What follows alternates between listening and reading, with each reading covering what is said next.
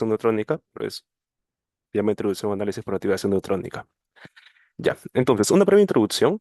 ¿Qué viene a ser esto, no? Es una técnica nuclear no destructiva y multielemental que nos permite determinar la composición química de una muestra mediante la medición de radiación gamma emitida por núcleos activados tras una irradiación con neutrones. Ya, ¿por qué se dice que es no destructiva y multielemental? No destructiva porque esta técnica no requiere la manipulación de la muestra, es decir, no es necesario alterar la muestra que tengamos. Y multielemental porque nos permite determinar varios elementos en una sola medida. Y bueno, una breve historia de esto vendría a ser, bueno, una breve línea de tiempo sería que en 1932 Chadwick descubre el neutrón, ¿no? Que es, bueno, lo más importante para realizar la activación neutrónica. En 1934, Irene y Freddie Curie demuestran la radioactividad inducida, es decir, que a partir de ellos pueden empezar a usar la idea de realizar reacciones inducidas para crear núcleos radioactivos.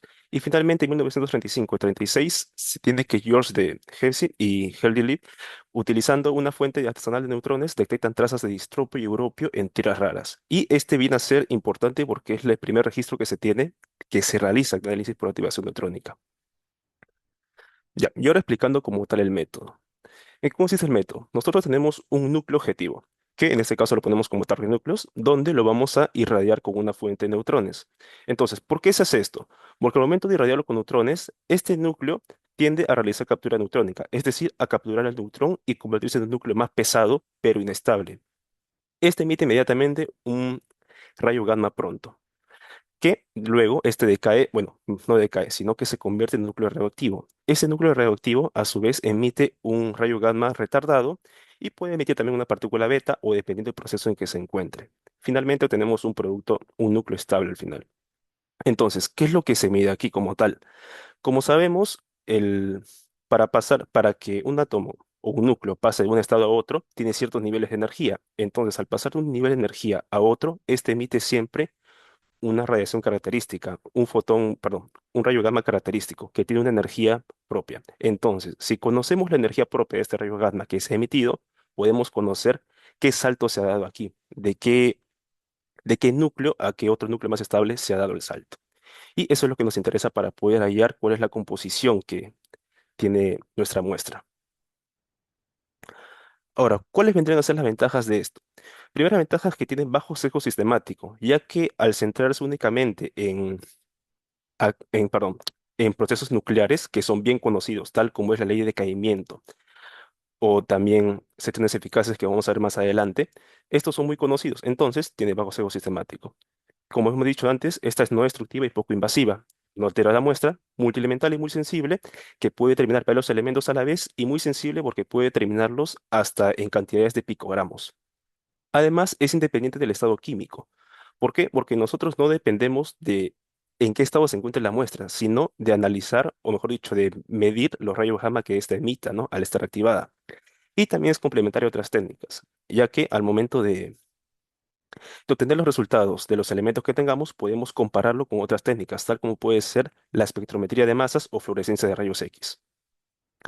¿Cuáles vendrían a ser las desventajas de estas? Que requiere una fuente intensa de neutrones. Usualmente, como mencionó mi compañero, esta técnica se realiza en el IPEN. Entonces ahí la fuente de neutrones viene a ser el reactor nuclear. Pero no necesariamente siempre tiene que ser un reactor nuclear. También podemos usar otras fuentes de neutrones que pueden ser fuentes encapsuladas, como tenemos aquí, que es una fuente de americio 241. Otra cosa también es que requiere instrumentación y operaciones complejas, ya que para realizar el sistema de espectrometría gamma, de detectar los rayos gamma que emiten, necesitamos un detector de estos rayos, ¿no? Entonces, normalmente se utiliza el detector de germanio hiperpuro, que lo malo de esto es que necesita una buena infraestructura y también estar a temperaturas muy bajas. Usualmente se refrigera con nitrógeno líquido para que mantenga una temperatura de aproximadamente 70 Kelvin. También que los tiempos de proceso son muy largos debido al decaimiento de las muestras y las interferencias y correcciones necesarias que hay que hacerse al momento de ver los espectros, ¿no? Que también más adelante se va a ver que estos espectros pueden interferir entre ellos. Ya, ahora viendo un poco de los conceptos básicos, primero empezando con lo que es la radioactividad. Primero, ¿qué viene a ser la radiación? Esta es la propagación de energía a través del espacio o de un medio material.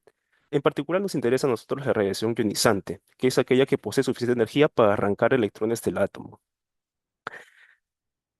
En nuestro caso, bueno, hasta ahora conocemos tres tipos de reacciones ionizantes, ¿no? Las más interesantes, las más importantes, perdón, que vienen a ser la reacción alfa, beta y gamma. Y también tenemos una que es indirectamente ionizante, que son los neutrones.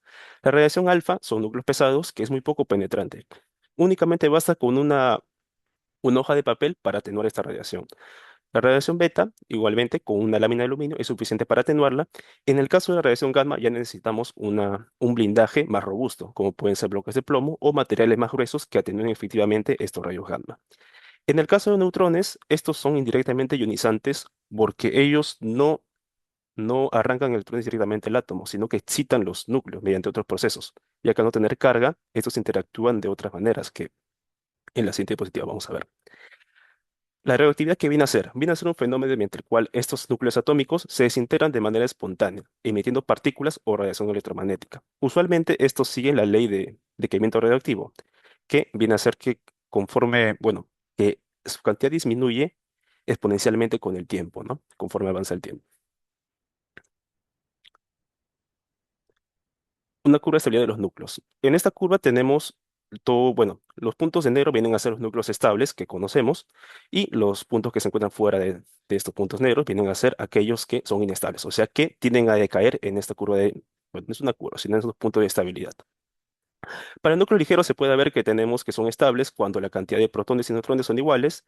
Cuando tenemos núcleos medianos y pesados, esta curva de estabilidad ya empieza a tender más hacia el número de neutrones. ¿Por qué? Por la repulsión coulombiana. Si tenemos mayor número de protones en el núcleo, hay una mayor repulsión entre estos. Entonces necesitamos más neutrones para que se mantengan unidos entre ellos. Y como se mencionó, regiones fuera de la curva vienen a ser elementos inestables que tienden a decaer radiactivamente en otros más estables, que vienen a ser generalmente los del negro.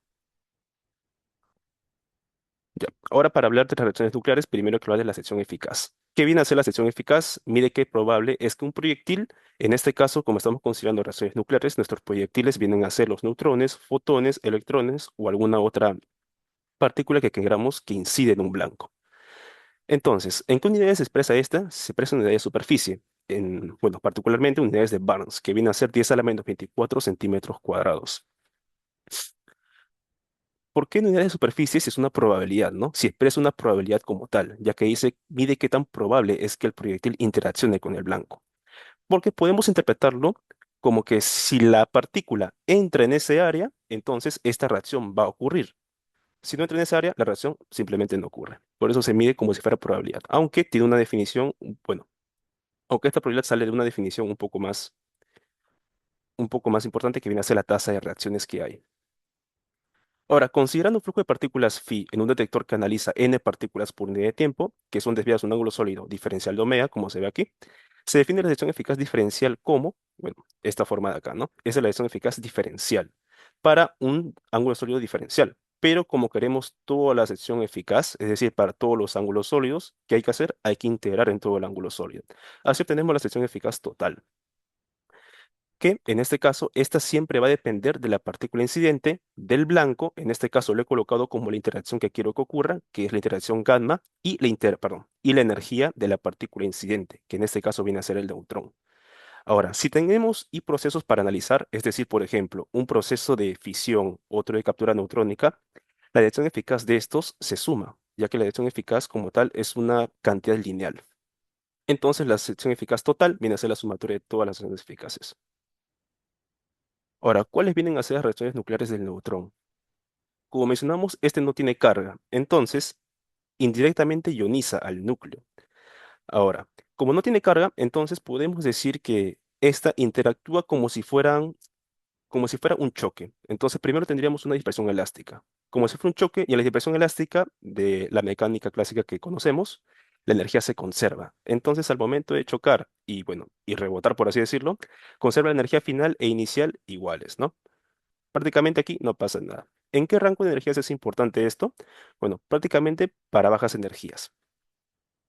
Aquí todavía no se define como tal, pero vamos a usar por ahora que los neutrones térmicos van a ser neutrones con baja energía, neutrones epitérmicos con mediana energía y neutrones rápidos con alta energía, que más adelante vamos a ver cuáles son esos rangos. Luego tenemos captura reactiva, que como mencionamos anteriormente es muy importante en el análisis por activación neutrónica. Captura reactiva en qué consiste? En que el neutrón es capturado por el núcleo y este entra en un estado excitado que emite un rayo gamma pronto, como se vio anteriormente en el esquema. Aquí, ¿quiénes son importantes? Los térmicos y también los neutrones epitérmicos, que están, bueno, en la parte de resonancias. Luego tenemos la fisión, que viene a ser cuando un neutrón interactúa con un núcleo muy pesado. Este se divide en dos núcleos más pequeños y también tiende a emitir uno, dos o incluso tres neutrones, dependiendo de la reacción que se tenga. Este también es importante porque en un reactor nuclear lo que mantiene, bueno, por decirlo, lo que viene a ser el combustible de eso, del reactor, viene a ser el proceso de fisión. Luego tenemos la expresión inelástica, que de igual manera que la elástica, en este caso no se conserva la energía. Pero como sabemos que la energía siempre se debe conservar, esta energía ¿de qué forma sale? De forma de un fotón, ¿no? Y esta también es importante prácticamente en todo el rango de energías. Y por último tenemos otras reacciones que vienen a ser cuando un neutrón interacciona con un núcleo, emite protón, deuterio o rayos alfa. Pero estas son más importantes en el orden de energía de los neutrones rápidos, porque son reacciones umbral, que requieren una mínima energía para poder realizarse. Ahora, hablando del más importante, vendría a ser la fisión en este caso. La fisión nuclear, en particular del uranio 235. ¿Por qué el uranio? Porque en un reactor de investigación usualmente se utiliza combustible de uranio, como tenemos aquí en el IPEN. Entonces, ¿cómo ocurre esta reacción? Bueno, hacemos que un neutrón incida sobre un núcleo de uranio 235. Este, bueno, por captura neutrónica se convierte en uranio 236 y luego, por la fisión misma, decae en dos núcleos hijos y una cantidad de neutrones más una energía gamma, ¿no? En este caso, esta es una reacción particular, porque usualmente un proceso de fisión no te da siempre los mismos fragmentos. Aquí tenemos una tabla donde da un producto de fisión para el uranio 235, que viene a ser la parte roja, también para el plutonio y el uranio 233. Como vemos, tenemos una curva donde los picos se encuentran cerca justamente de estos de acá, que vienen a ser el bario y el criptón. Pero en general no siempre va a ocurrir esta reacción. Entonces, para la fisión del uranio 235 tenemos que en promedio los neutrones emitidos vienen a ser 2,43. Algo que podemos notar aquí es que al momento de incidir un neutrón sobre un núcleo, esta reacción emite más neutrones. Entonces podemos intuir que estos neutrones pueden activar otros núcleos de uranio, bueno, perdón, haciendo así una reacción en cadena, ¿no? Que es lo que vamos a ver ahora. Entonces, ¿cómo podemos determinar mejor dicho, cómo podemos saber si una reacción en cadena se está realizando, ¿no? Entonces, para eso se puede definir el parámetro de criticidad, que por una reacción nuclear de fisión, bueno, esta de forma muy resumida se puede colocar como si fuera la cantidad de neutrones nacidos en una siguiente generación sobre la cantidad de neutrones en la generación anterior, ¿no? Pero aquí la diferencia es que deben ser neutrones que sean aptos para realizar la fisión. Porque, como vimos anteriormente, la sección eficaz depende de la energía. La sección eficaz es qué tan probable es que un proceso ocurra. Entonces, si tenemos un neutrón con cierta energía, no siempre la dirección eficaz va a ser capaz, bueno, va a ser tan alta como para que ocurra la fisión. Usualmente en el uranio 235, esta ocurre para energías térmicas, o sea, muy bajas, no para energías rápidas. Cuando este parámetro es menor a 1, se dice que la cadena está en su crítico, es decir, esta se va apagando, ya que los neutrones que nacen son en promedio menores a los que teníamos en la generación anterior. Si es igual a 1, tenemos, bueno, una cadena crítica, donde esta cadena es estable. Si tenemos que el K es mayor a 1, una cadena supercrítica, que ya la potencia crece y bueno, se puede ocasionar también un accidente. En esta cadena se puede ver, ¿no? Aquí tenemos una mini cadena donde el neutrón interacciona con el uranio, se separa en dos fragmentos, emite tres neutrones y este neutrón de acá interacciona con un núcleo de uranio 238, pero como se ve, no produce fisión. Este neutrón de aquí directamente no interacciona con ninguno, no produce fisión, y este de aquí sí interacciona con el uranio 235 y es apto justamente para producir la fisión. Y este a su vez se divide en dos y bueno, así se va realizando la reacción en cadena. ¿De qué depende? ¿De qué depende de que ésta se realice, no? Bueno, en un reactor de investigación, esta depende de el combustible que se tenga, de las fugas que haya por los neutrones, de una absorción parasitaria que se tenga de estos neutrones, es decir, que otros componentes puedan absorberlos, y también de la temperatura, ya que dependiendo de la temperatura, como dijimos, ¿no? La energía depende, bueno, la reacción eficaz depende de la energía.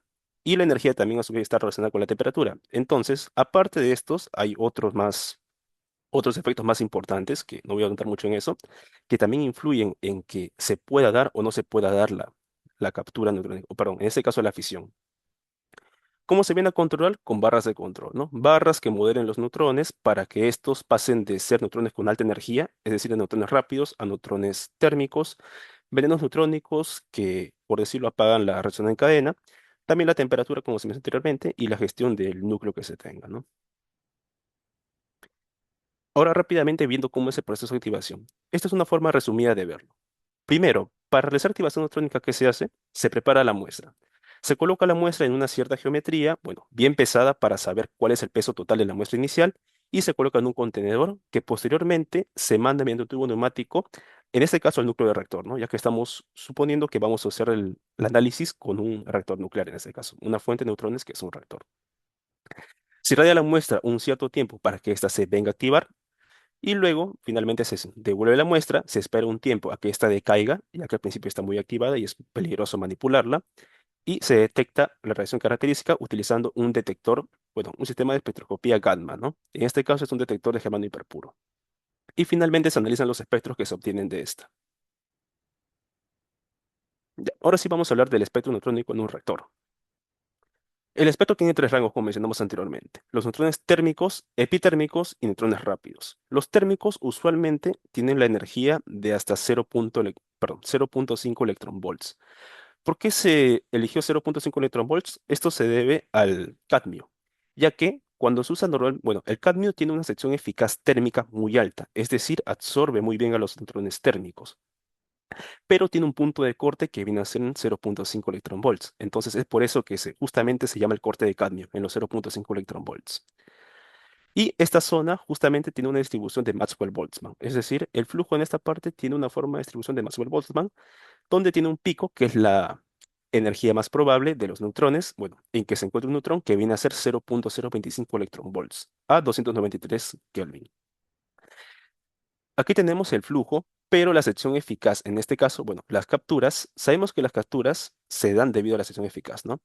Esta sección eficaz entonces sigue la ley de uno sobre la velocidad del neutrón. Entonces, cuando tengamos menos energía, el neutrón tiene menos velocidad, por lo tanto, es mucho más probable que lo agarre. Es mucho más probable que la reacción ocurra, ¿no? Como mencionamos anteriormente, a bajas energías, a neutrones térmicos, es mucho más probable que ocurran ciertas reacciones. Luego, neutrones epitérmicos, que en este caso por convención son desde el rango de corte de cadmio hasta los 0.1 megaelectronvolts. En este caso se sigue la ley de uno sobre, bueno, la inversa de la energía, ¿no? Uno sobre la energía en el caso ideal, pero como no estamos en un caso ideal, se agrega un parámetro alfa, que no se puede ver bien acá, pero es uno sobre e a la 1 más alfa. Entonces ese alfa nos dice qué tan alejado está de un comportamiento ideal. En este caso, la sección eficaz tiene una zona de resonancia, es decir, varios picos de absorción. Y finalmente tenemos los neutrones rápidos, que estos siguen la distribución de Watt, que viene a ser la que tenemos aquí arriba. Y bueno, estos no son tan importantes porque, bueno, estos son los que se producen directamente en la fisión, ¿no? Más no son los que provocan la fisión como tal. Los que provocan la fisión, ¿quiénes son? Los que se encuentran en la zona térmica. Entonces, ¿qué se hace usualmente? Bueno,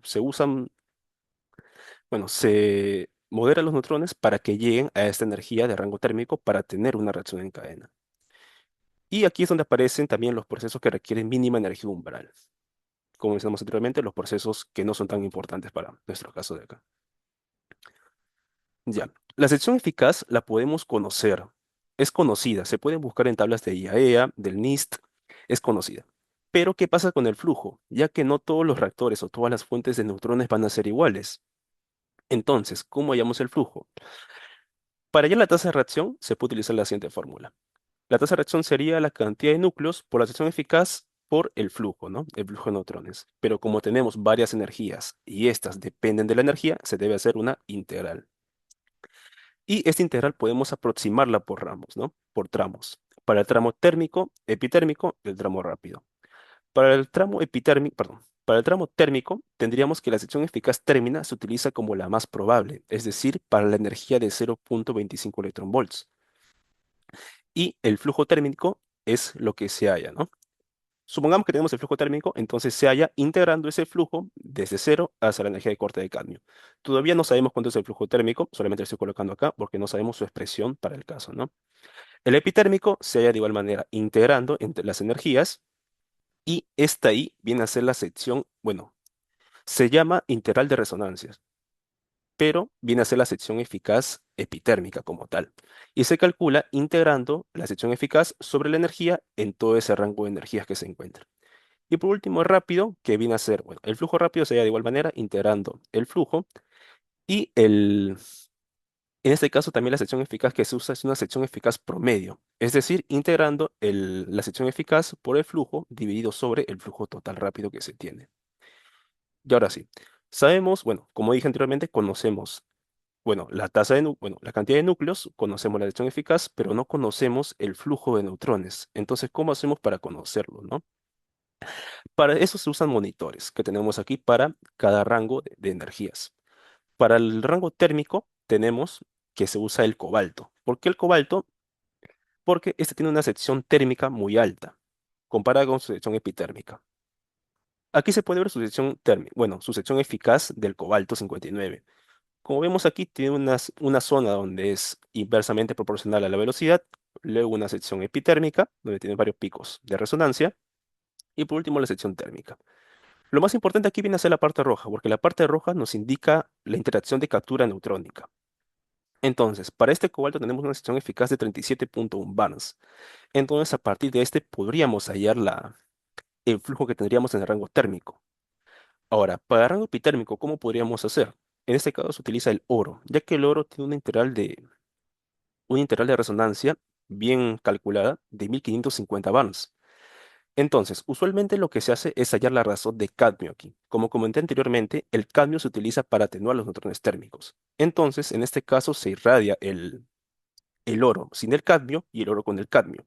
Cuando tenemos el oro sin el cadmio, ¿qué vamos a tener? Vamos a tener bueno, la razón de activación del oro, bare desnudo, que viene a ser el flujo por el sigma térmico más el flujo epitérmico por la integral de resonancia. Y si lo dividimos sobre su razón cubierta con cadmio, que viene a ser solamente la epitérmica, tendremos el flujo epitérmico por la integral de resonancia. Aquí obtenemos una razón entre el flujo térmico y epitérmico, que es muy importante para poder hallar posteriormente la concentración de los elementos que nos interesa hallar. Por último, tenemos el espectro rápido. En el espectro rápido, ¿qué se utiliza normalmente? Se utiliza el níquel, porque tiene una sección rápida promedio muy alta bueno, no es tan alta, pero comparada con sus demás secciones eficaces, sí es alta, de 113 milibarns. Ya.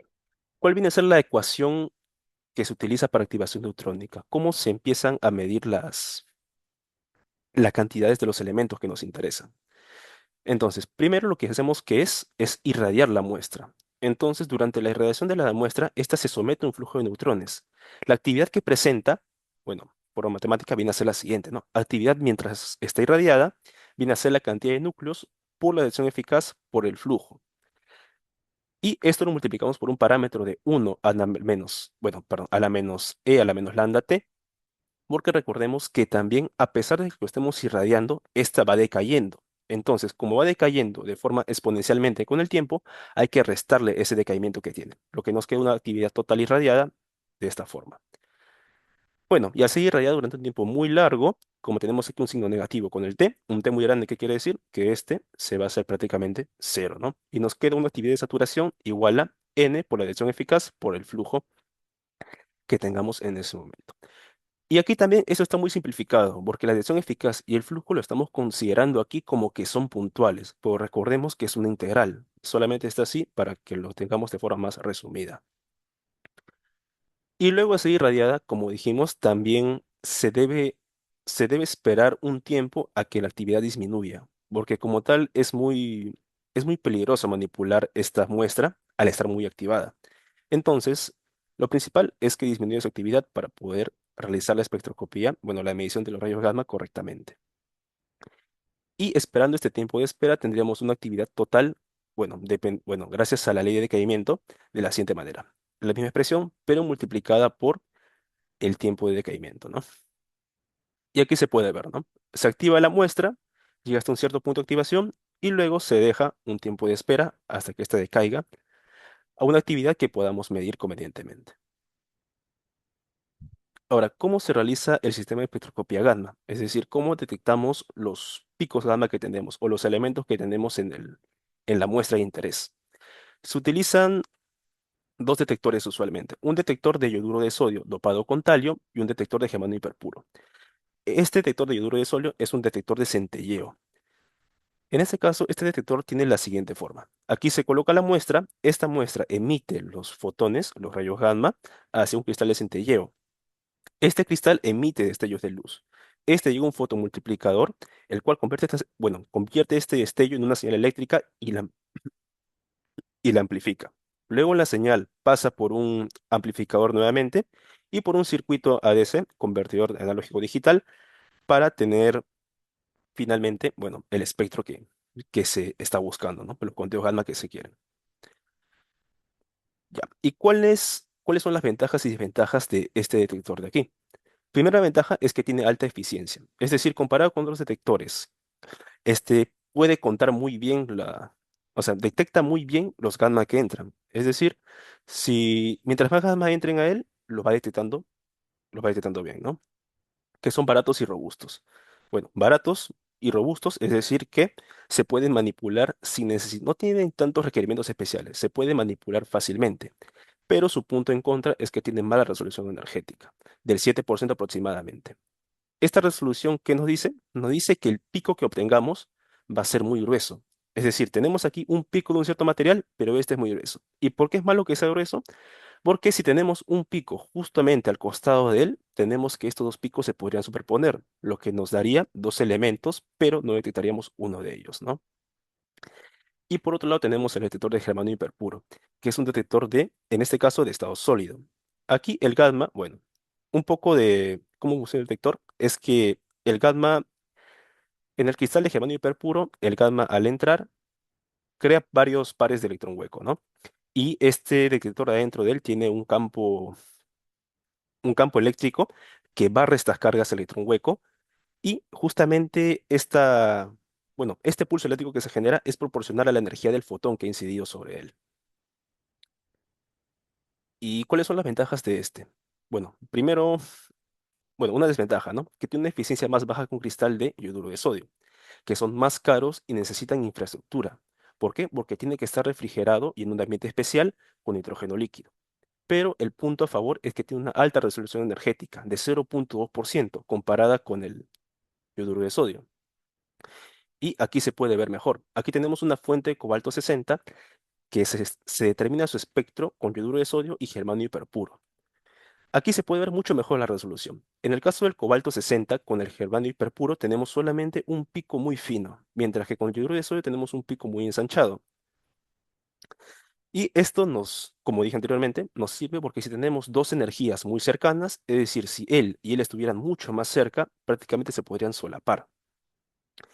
Y aquí también se pueden ver otros efectos, ¿no? Que viene a ser el pico de rayos X, que ocurre por efecto fotoeléctrico en el blindaje, pico de retrodispersión y el borde Compton, que ocurre por efecto, interacción, el efecto Compton, perdón, con el blindaje, y un pico suma que viene a ser cuando el detector de germanio hiperpuro no detecta por separado las energías del cobalto, es decir, las detecta ambas como una sola, que entra prácticamente al mismo tiempo. Ya, hasta aquí hemos visto cómo podemos detectar los fotones que tengamos, las cuentas, pero ahora la pregunta es cómo detectamos la masa que tenemos, ¿no? La cantidad del elemento de interés en nuestra muestra. Entonces, esta concentración se puede calcular mediante las ecuaciones anteriores, como se mencionó, pero al tener un sistema de muestreo automático con detectores de estado sólido como germanio hiperpuro, también es posible medir más de 30 elementos sin necesidad de separación química. Y aquí, tras un cierto tiempo de radiación y detección, se obtiene la actividad medida en el pico como la siguiente. La actividad en el pico viene a ser la cantidad de blancos por la detección eficaz, por el flujo, por los demás términos anteriores, pero añadiendo qué cosa, la eficiencia de nuestro detector en función de la energía y la probabilidad de que se emita ese fotón. Y aquí también podríamos reescribir esta cantidad de núcleos en función de la masa del elemento, que es lo que nos interesa como tal. Podríamos colocarlo como la masa total de la muestra por la fracción másica del elemento por el número de Avogadro sobre la masa molar. Y un método, el primer método que se puede hacer aquí para determinar la fracción másica del elemento vendría a ser únicamente despejar todo, ¿no? Despejar toda la ecuación. Reemplazamos el n aquí, despejamos todo y obtenemos la fracción másica del elemento, que nos da esta siguiente ecuación de aquí, un poquito grande. Y bueno, si conocemos todos los parámetros, se puede determinar la concentración de forma precisa, pero hay un problema. ¿Cuál es el problema? Que hay muchos parámetros. Entonces, todas las incertidumbres se van sumando y esto afecta a la eficacia de la detección. En un caso ideal, se puede utilizar un método variado derivado de este, que viene a ser semiabsoluto, que se utiliza una muestra que primero se irradia, que la muestra es bien conocida, se sabe cuál es la masa del elemento en ella, para determinar todos estos parámetros que se tienen aquí. Y únicamente colocarlo esto en función de una constante por la actividad, ¿no? Pero ¿cuál sería el problema? Que esa muestra supone que el reactor tiene siempre las mismas condiciones, es decir, que con el tiempo no se va gastando el combustible del reactor ni va variando el flujo. Pero esto sí, bueno, como es un reactor, estamos en un escenario real, sí ocurre, por lo que no es tan conveniente o no es tan conveniente usar este método. Otro método que se puede utilizar viene a ser el método comparador, que es el más usado para cuantificar la concentración de los elementos. En este caso se irradian y se miden simultáneamente dos materiales, bueno, del mismo tipo, bajo las mismas condiciones, una muestra y un estándar de referencia. ¿Y por qué se hacen dos materiales del mismo tipo y mismas condiciones? Para tener las mismas tasas de activación y posteriormente dividir las tasas de activación, ¿no? Como tenemos varios parámetros similares, ¿qué es lo que sucede aquí? Varios se van a simplificar, se van a anular y nos queda una relación muy sencilla que relaciona únicamente las masas de los elementos con sus actividades y los tiempos de espera que hemos obtenido. Este se puede ver como el método, bueno, un mejor método que el anterior, ya que es mucho más sencillo y tiene ventajas y desventajas de igual manera. ¿Cuáles vienen a ser ventajas? Que tiene alta precisión relativa. ¿Por qué? Porque al estar la referencia y el estándar, perdón, la referencia y la muestra en las mismas condiciones, se, se tiene justamente que no hay mucha variabilidad, ¿no? Mucha variabilidad en la geometría y en el flujo que tengamos de los neutrones en esta. Otra ventaja es que hay una corrección implícita de variables experimentales. ¿Por qué una corrección implícita? Porque al momento de tener las mismas variables, estas se van a simplificar. Entonces no van a afectar de manera significativa a nuestro resultado final. También no requiere conocer con exactitud los datos nucleares. De misma manera, los datos nucleares aquí también se van a ir. Y por último, se puede aplicar a múltiples elementos de forma simultánea. ¿Cuáles vienen a ser las desventajas? Que se necesita un estándar de referencia, es decir, un estándar bien conocido que tenga una fracción, perdón, una, una fracción másica, mejor dicho, bien conocida. Necesidad de irradiar ambos simultáneamente, también, porque si no, estaríamos justamente cayendo en el método semiabsoluto, que era irradiar primero una muestra, hallar los parámetros y luego determinar la muestra final, ¿no? Algo similar. Pero en este caso, simultáneamente, para tener mayor igualdad en el flujo, ¿no? Difícil corrección si diferencias de posición o de geometría. En este caso, esta corrección es porque mayormente por el flujo. Si tenemos una diferente posición o una diferente geometría, entonces el flujo no necesariamente podría ser el mismo que estamos considerando para ambas. Y aquí estaría mal asumir que son iguales. Y también es menos ideal para análisis a trazas de niveles, bueno, de trazas a niveles muy bajos. Por último, tendríamos el método más importante, el que se utiliza más actualmente, que viene a ser el método K sub 0. Esta es una versión estandarizada del método comparador, ya que como vamos a ver es una versión muy similar que usa factores tabulados que relacionan cada radionúcleo analito con un monitor. El monitor casi siempre es el mismo, es un estándar de oro y no es necesario preparar patrones específicos para cada elemento. En este caso tenemos el factor K sub 0, que este va a estar definido para cada analito y monitor, como la división de las masas molares por la probabilidad de emisión de fotones gamma, perdón, por la probabilidad de que se emita un fotón gamma. También por el teta, que en este caso viene a ser el factor de autoabsorción gamma. Bueno, en este caso considera una física más realista, ya que en el anterior no hemos considerado que la misma muestra pueda absorber sus fotones gamma que emite, ¿no? Pero como no tenemos un escenario ideal, sino una muestra que tiene un volumen, el volumen más externo puede atenuar los volúmenes, perdón, los fotones gamma que se emiten desde el volumen más interno. Y por último, la reacción eficaz térmica para ambos. Este caso cero normalmente se encuentra en tablas o en programas, en un software, y finalmente se puede hallar la fracción básica del elemento mediante la siguiente fórmula de aquí, que también aquí tenemos los mismos parámetros de antes, los conteos, el factor K sub 0, la eficiencia Pero además, ¿qué agregamos acá? Agregamos la razón de flujos. Bueno, la razón de flujos no es tan importante porque se deduce, pero lo importante es el factor de autoblindaje. El autoblindaje es similar a la autoabsorción de fotones gamma. ¿Por qué? Pero en este caso el autoblindaje, ¿por qué está aquí el autoblindaje, no? Porque el volumen exterior puede funcionar como un blindaje para el volumen interno. Es decir, pueden haber neutrones que no ingresen a la parte interna del volumen justamente por la parte externa de este, ¿no? Por eso se añade un factor de autoblindaje.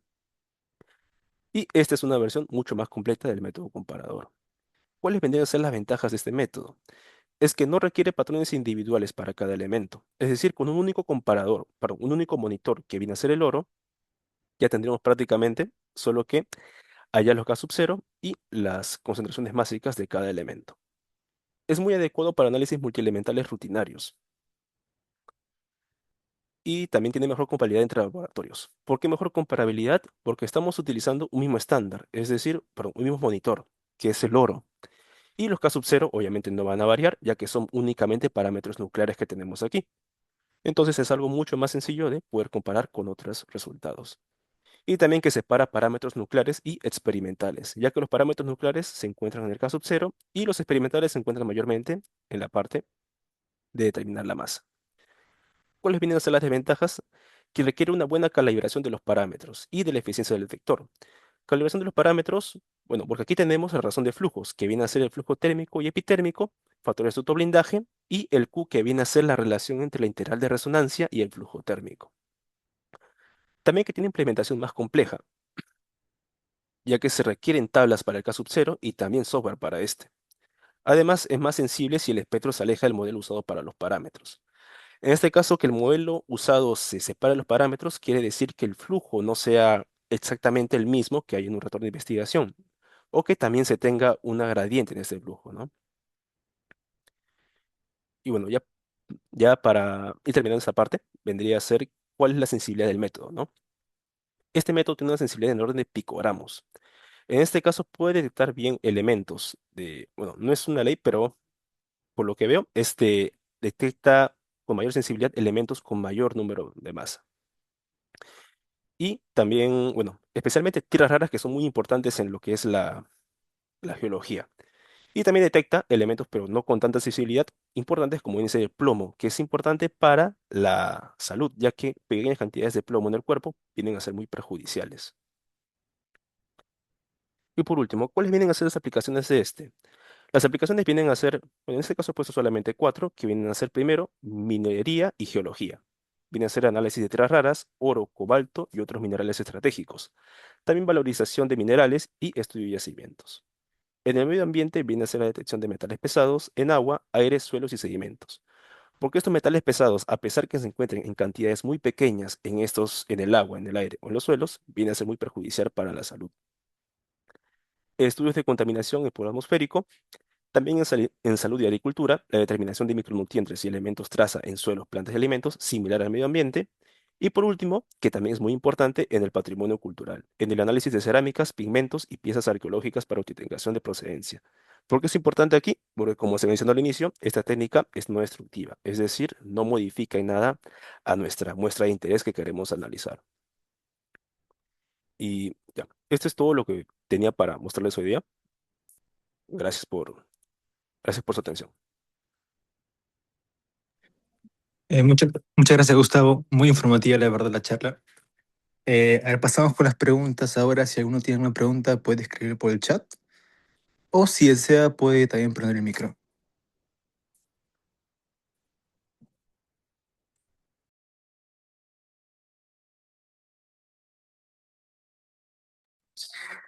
Bueno, mientras esperamos si alguien se anima a preguntar, yo tenía una pregunta respecto a cuál es el método, digamos, que es más empleado actualmente en el IPEN, o que emplean ustedes, por lo menos, de todos los que has comentado. El método K sub cero, el último que había mostrado, a ver, segundo. Al caso cero. Sí, el K sub cero es el más usado actualmente, en general, no solamente en el IP, justamente por las ¿Y ventajas que cuáles había de estas, mencionado. claro, Sí, y cuáles de esas aplicaciones que creo que hasta el final son las que se están, digamos, estudiando ya? Minería, salud, en el IPEN sobre todo. En el IPEN, por lo que he visto, utilizan para minería y patrimonio, bueno, también patrimonio, pero como tal, creo que son casi todas igual. No, no sé si hay una que estén aplicando más, una menos, porque como tal, lo que yo estoy centrándome en el IPEN no es en aplicarla en uno de esos ámbitos. Claro. Y bueno, mi última pregunta sería, no sé si he escuchado bien que hay un método también llamado dos monitores, un monitor, dos monitores.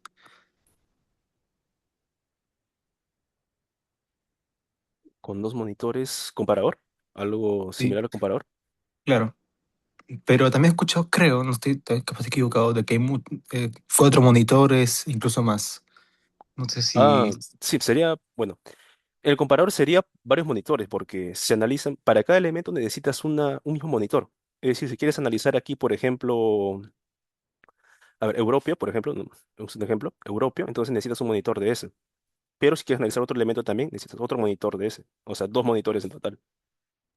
Ah, ya te entendí. Ya, ok. Y Ya, la ventaja de aquí es que justamente utilizas únicamente un monitor, que es el oro. Y con el caso observado relacionas todas sus constantes nucleares. claro. Ujú. Muchas gracias. A ver, ¿alguno tiene otra pregunta?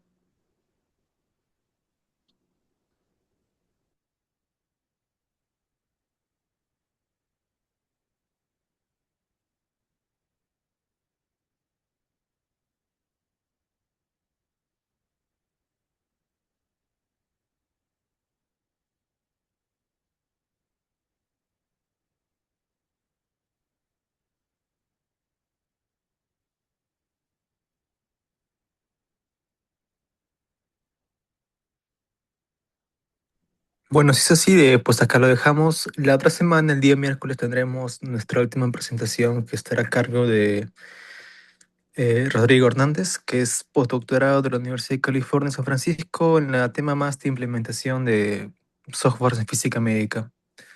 Sí, eso sería todo por hoy día y muchas gracias por su atención. Muchas gracias, Gustavo. Muchas gracias, buenas noches. Hasta luego. Hasta luego.